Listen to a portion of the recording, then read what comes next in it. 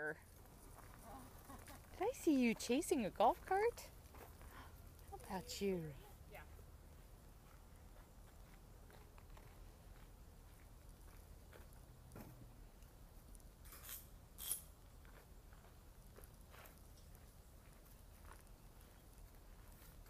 Well, somebody's ready for dinner.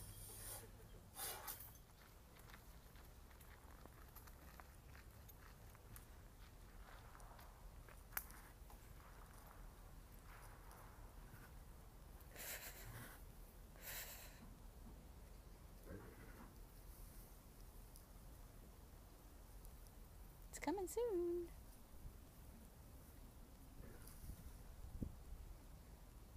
Keisha's right behind that tree.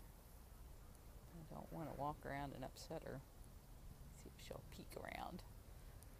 Dr. Wynn said she was stalking ducks earlier. That's good news. Ducks are on the outside of the cage.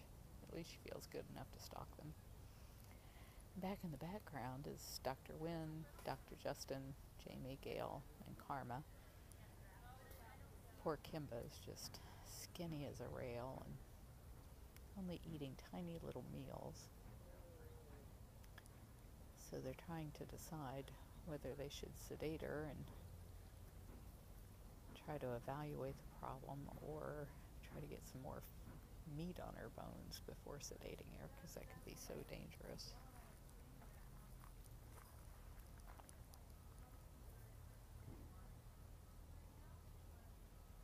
I'm pointing the camera at Keisha, but not looking at her in the hopes that she won't get upset.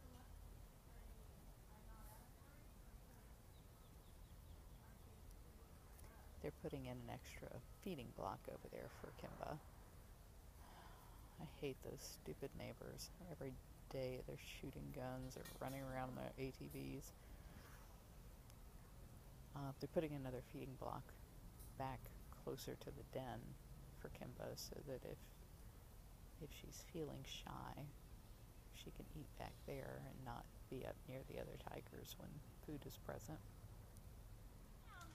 Vet wants to come and sedate Kimba this morning, but we can't do it if she's up on her platform, because she could fall asleep up there and fall off. Come here! We're not having any luck here. Oh, come see what I'm doing. I'm going to open this door. Look at that. You can get away from those people. You want to do that? You can do that. Yeah. High enough? Come on. What if I turn my back? Oh, that'll usually do it. So probably if we want, is anyone lifting up? Your head's touching the ground, right? Yeah. So she's probably close to 170 maybe. 165, 170. So do we want to put her in the transport? I think she's sleepy enough. Okay. Let's prep everything before we move. Go ahead and open that, Barbara. Cody, if you can go out and open the transport doors. Yep. Both Hello. ends. Hello. Yeah, Today's leopard pronitis socks, but they are tigers that say they can't rescue. And my daughter's wearing leopard print panties Just go to the first door and I'll kind of show at camp.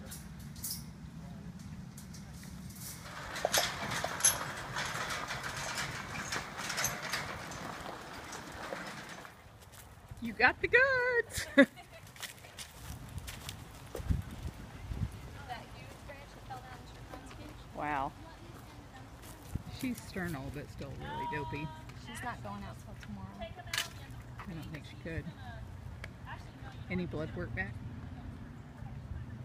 What, do you think we have magic blood work? Not as far as I know. Okay. We're supposed to water them every day too. That was one of the things she reminded me. What is that, Boo Boo? Get it, kid. What is that? What is that? It's a rocket. This is for you. This is for the Boo Boo. Look at it.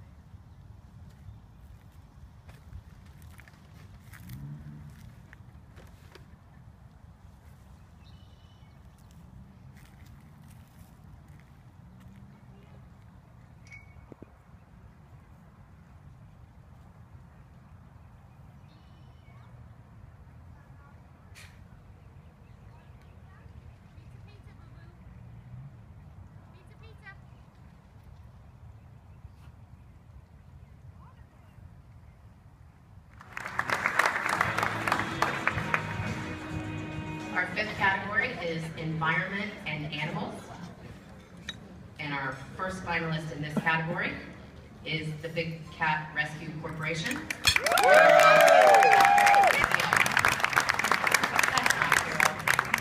Big Cat Rescue was formed in 1995 to reduce the number of cats that suffer from abandonment and abuse by educating people. This is done through educational programs, species preservation efforts, and tours of the sanctuary that house a substantial number of abused, abandoned, and retired big cats. Congratulations to Big Cat Rescue.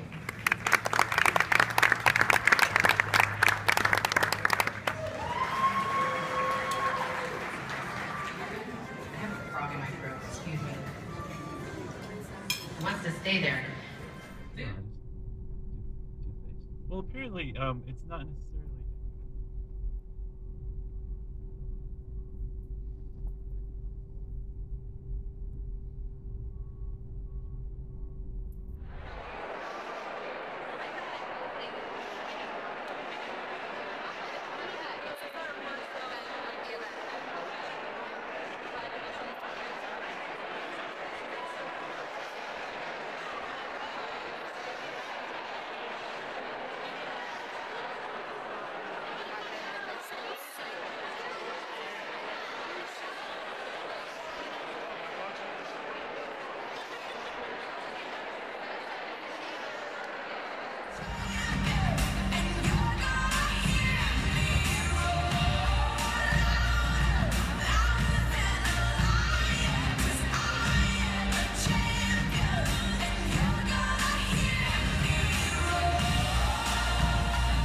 Share the view that part of this philanthropic spirit needs to include animals. You know, I've always been frustrated that there were so few people of great wealth and means who felt it was okay to give big amounts of money to the cause of animal protection. And David Duffield was really the first person to give an immense gift to animal protection and to start Maddie's Fund. And his first president is Rich Avanzino. And Rich has a long and storied career in animal welfare, and he had a great career before that in other areas of the law and science and the like. But he's devoted his last 25 or 30 years of his professional career to animal protection, and specifically to the task of a no-kill nation and trying to reduce euthanasia of healthy and treatable animals. And many of you, I'm sure, have worked with Maddie's Fund. We at HSUS have been lucky enough to work with Rich and his great team at Maddie's. And now we're really excited to announce that Maddie's Fund, which is doing this anti-euthanasia work and trying to promote adoption of animals, is now going to be investing really substantially in anti-puppy mill work. So today we're announcing, and Maddie's Fund is announcing, a $4 million grant to HSUS to work in the online space to try to drive people who are getting puppy mill dogs to shelters and rescue groups. So we're so grateful to Maddie's Fund and to Rich Avanzino. And Rich, please come on up and say a few words.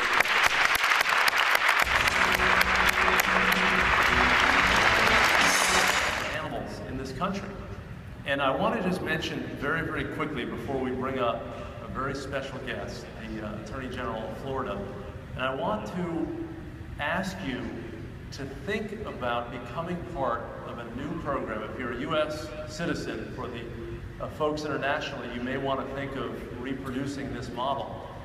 But there are 435 congressional districts in the United States. So we're trying to lobby members of Congress, the House and the Senate, to adopt policies to protect dogs in puppy mill situations, to combat animal fighting, to do all of the things that all of us know are vital for animal welfare. But we just can't make logical arguments and win the day. We have to be organized. So I'm hoping that every one of you in the U.S. thinks about becoming part of our district leader program.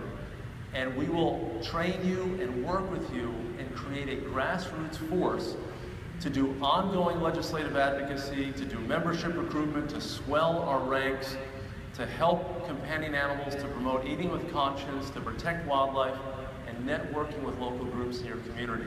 So I just wanted to say a quick word about that. ask you to think about joining this. You can contact HSUS at districtleader@humanesociety.org, or you can call this phone number, 301-721-6405.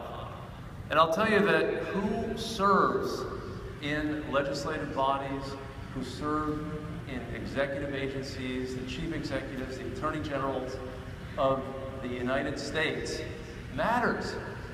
You have people who are deeply attuned to animal welfare, and you have other folks who tune out to animal welfare. And we're the ones who need to remind those folks who are tuning out that animals are a critical social concern in our society, that being good to animals is part of who we are in this country.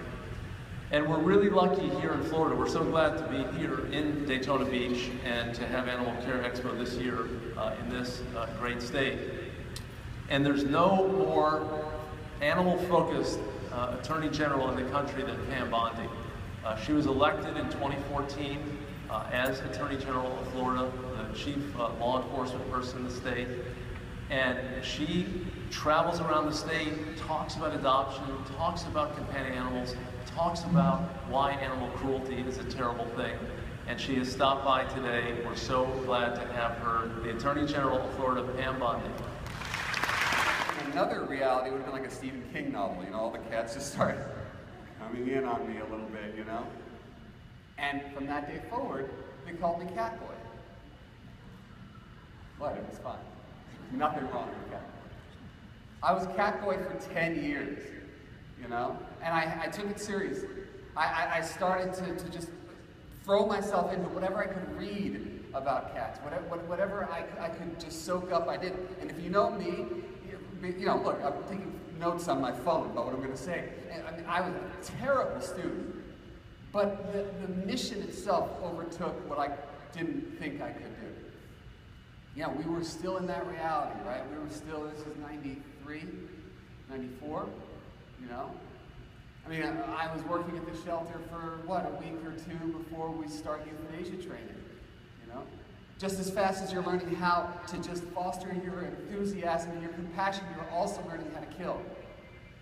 And it's crazy, you know, but that was, the reality was, and I know the reality is still not exactly where we want to be yet, but we're getting there. And back then, you really had to just sort of, you know, steel yourself and think, okay, I really got to do something good here, right? So in my case, what I could do, small things, you know, one cat at a time, you know, what can I do to get this cat who's sitting in this cage, who will not be adoptable at the end of the day, or will not be qualified as being adoptable because he's scared, his head is in the back of the cage, he's sitting in his litter box, he's black, you know, all these things. What am I going to get this cat on the adoption floor? Once I get him out there, maybe we can get him adopted. That's how I learned everything I know. Or better to think about where the show is not aired than where it is. It's everything. And this feeling of compassion, not just towards cats, but towards animals, it's becoming global. It's unbelievable, and I feel so privileged, as I've said, ad infinitum, to be around during this part of things.